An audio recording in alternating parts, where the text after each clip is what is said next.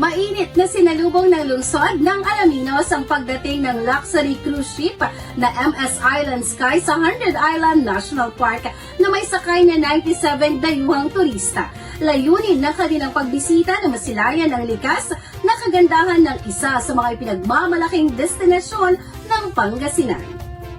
Bakas ang tuwa at paghanga sa mga dayuhang bisita habang nililibot nila ang mga isla ng 100 Island National Park sa pamamagitan ng island hopping at nasaksihan ang mga natatanging tanawin nito. Nagkaroon din sila ng pagkakataong bisitahin ang marine fisheries, makilala ang mayamang lokal na kultura at maranasan ang mainit na pagtanggap ng mga residente ng Alaminos City. Sa pakikipagtulungan ng Department of Tourism, naging posible ang pagbisitang ito na inaasahang magpapalakas sa pagsulong ng turismo sa Alaminos City.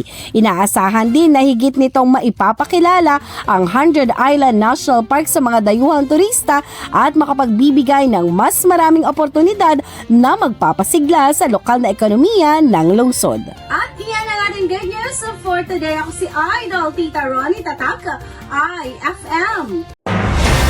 IFM News. IFM News. IFM News.